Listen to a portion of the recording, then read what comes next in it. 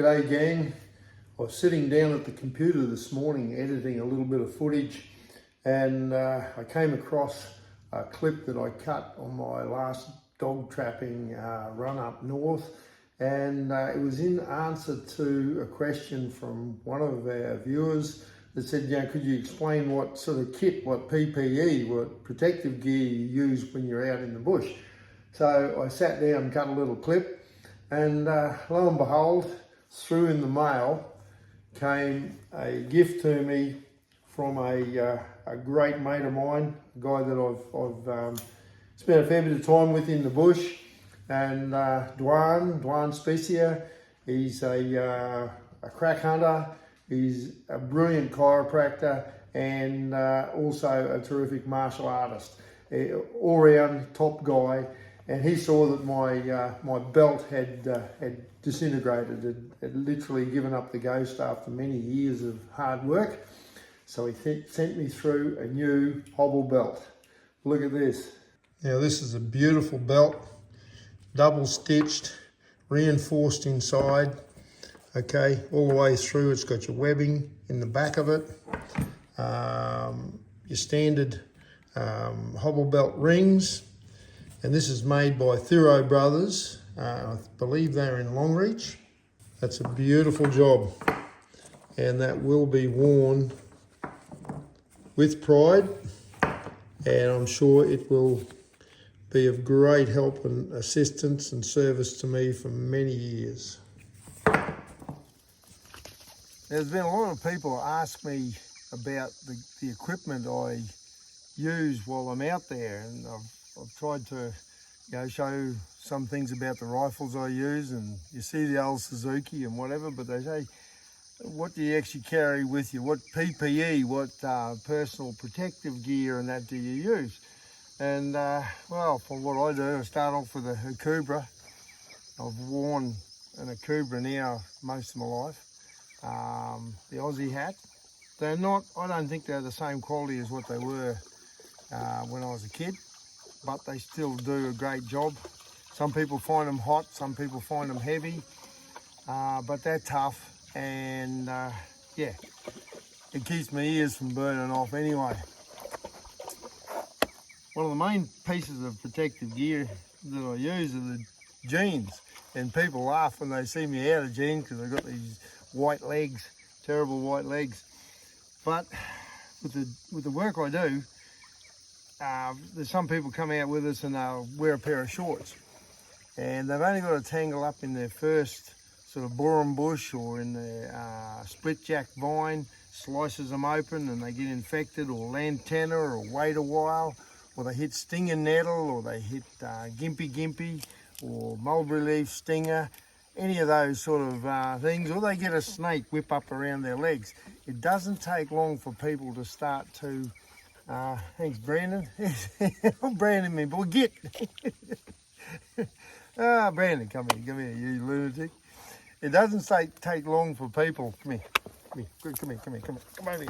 It doesn't take long for people to start wearing jeans when they're all stung up around the legs. Bogey. This is reality TV, folks. There's me dogs. Right, so good jeans. I used to wear Levi boot cut red tags for years, and then people would get up and say, you realise they're Chinese made, rah. Yeah, you should wear Wranglers. Righto, well, I've worn a lot of Wranglers over the years too, but I think Wranglers are designed for fellas with bigger butts than me, right? So if you've got a bigger booty, I think you fit the Wranglers a fair bit better. For me, it's like as if I got an extra sack of spuds. So Wranglers, good tough jeans. I wear them out, every few months I wear another pair of jeans out with this type of work, because you're just going through grass and stuff like lantana and that all the time. Rips them up, but they save me every day. So good jeans. Boots, I usually wear the lowers. Lately, I've got a set of handwags from over there in Canada. Brilliant boot. They're a brilliant boot. I love the lowers. It's just, I do find that unless I'm pouring grease into them every day, or every couple of days, in this dry, hard sort of environment that we've got up here, that you dry your leather out and crack them and wreck them pretty quick. So you've got to be careful. I'm wearing the old Keen sandals at the moment. The Keens, waterproof, you can see they're waterproof, right? And just give them feet a chance to air out up in this humid conditions, you know, because if your feet get crook on you in this game, you're wrecked, because you know your feet are just about everything for you. Right, what do I carry with me? Old hobble belt. All right, double stitched. It's starting to come apart. All right, I need to get in and stitch it again. It's bent out of shape, worn out of shape. I don't know how many miles that thing has done. And for people who haven't used a hobble belt, if you thread back through and do up your buckle, right, you've basically got a set of horse handcuffs. You can put that round your horse at dinner time. People call them dinner time hobbles, right? It hobbles your horse up. I have actually had one circumstance where I had to restrain somebody, a bloke, badly.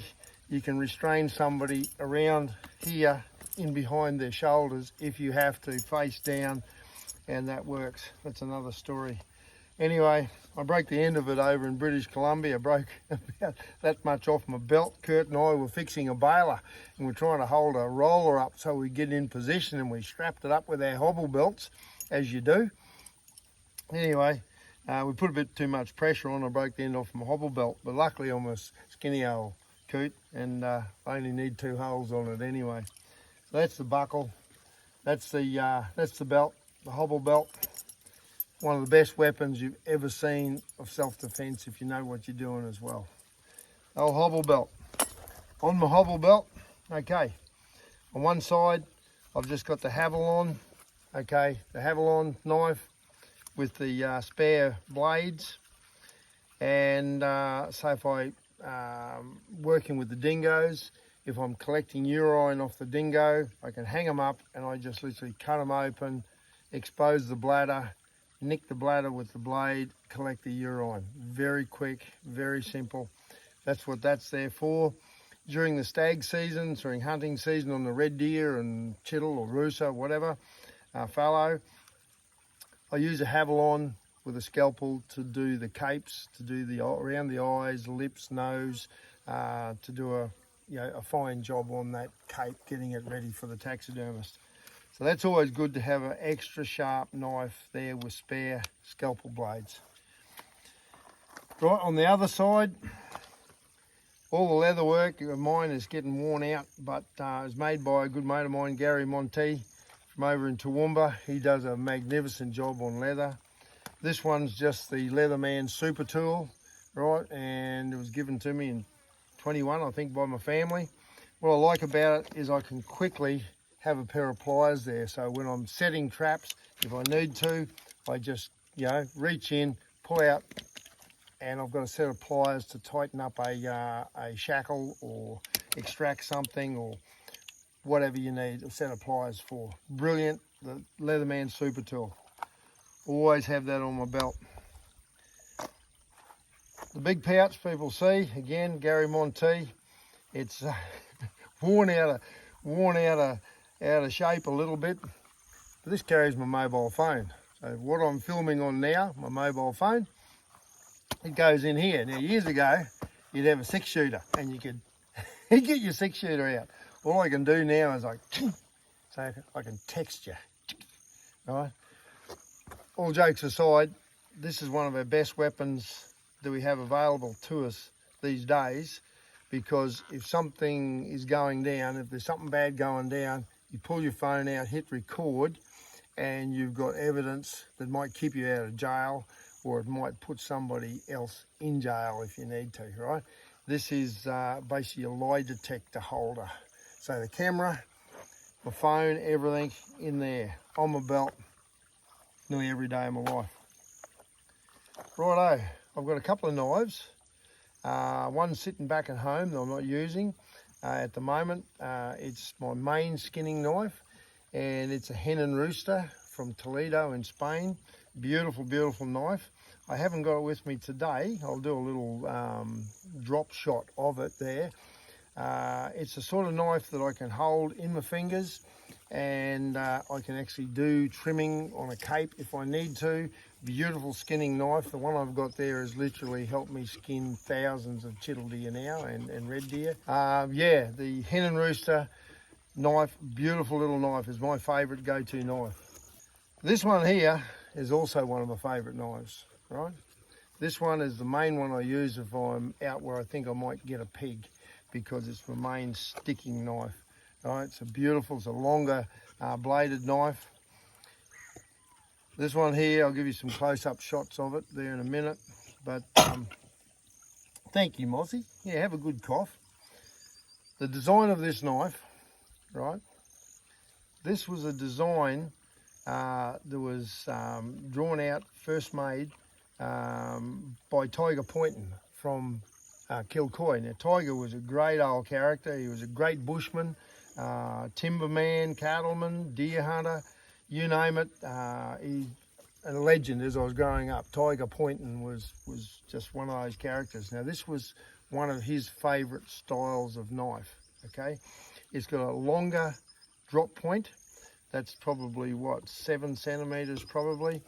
What I find is it enables you to really get a good depth of your length of your blade on the flesh of an animal. If you're putting in to start opening up an animal, you've got a big surface that glides along on the meat, and it gives you a good belly of the knife to actually cut the skin.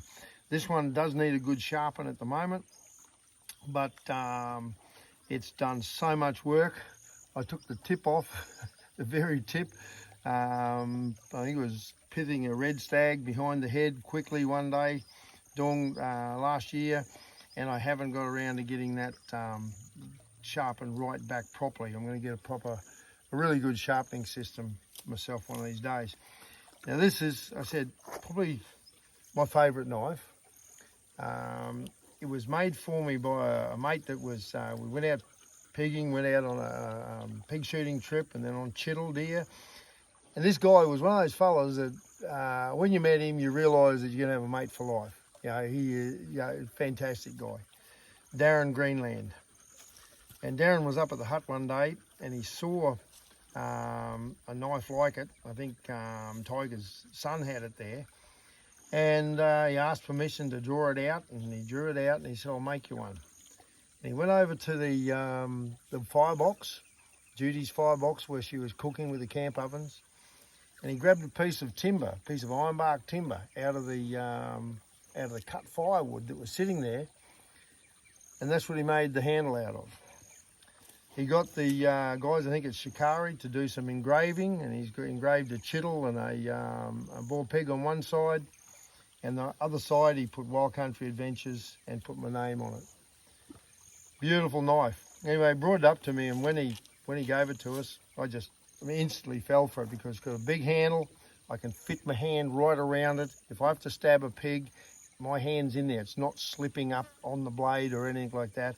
It's a great skinning knife, multi-purpose knife, plenty of belly in it. Like I said, plenty of drop point, good length of blade.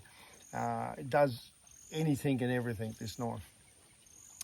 Anyway, when I got it, when Darren gave it to me, I said, this is fantastic. I said, I'll put it away and treasure it. He said, well, if you're not going to use it, I won't give it to you. So he said, I'll take it back off you. He said, you got to promise me that you'll use this knife and you will use it every day if you can. And I said, righto, I will. And he said, I've got an idea for another one. I'll make you another one. Anyway, it wasn't long after that I got a phone call that Darren had taken a massive heart attack in the shower and died.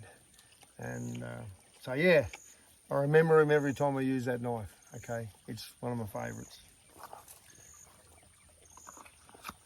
So that is basically my gear that I carry with me. Yeah, a good knife, a good auxiliary knife, pair of pliers. It's got the cutting knife. It's got a file on it. It's got everything. You know, the super tool, and a hobble belt, and the And this has taken place of my single six that I used to carry. I've got the single phone, the iPhone. That's about it, people.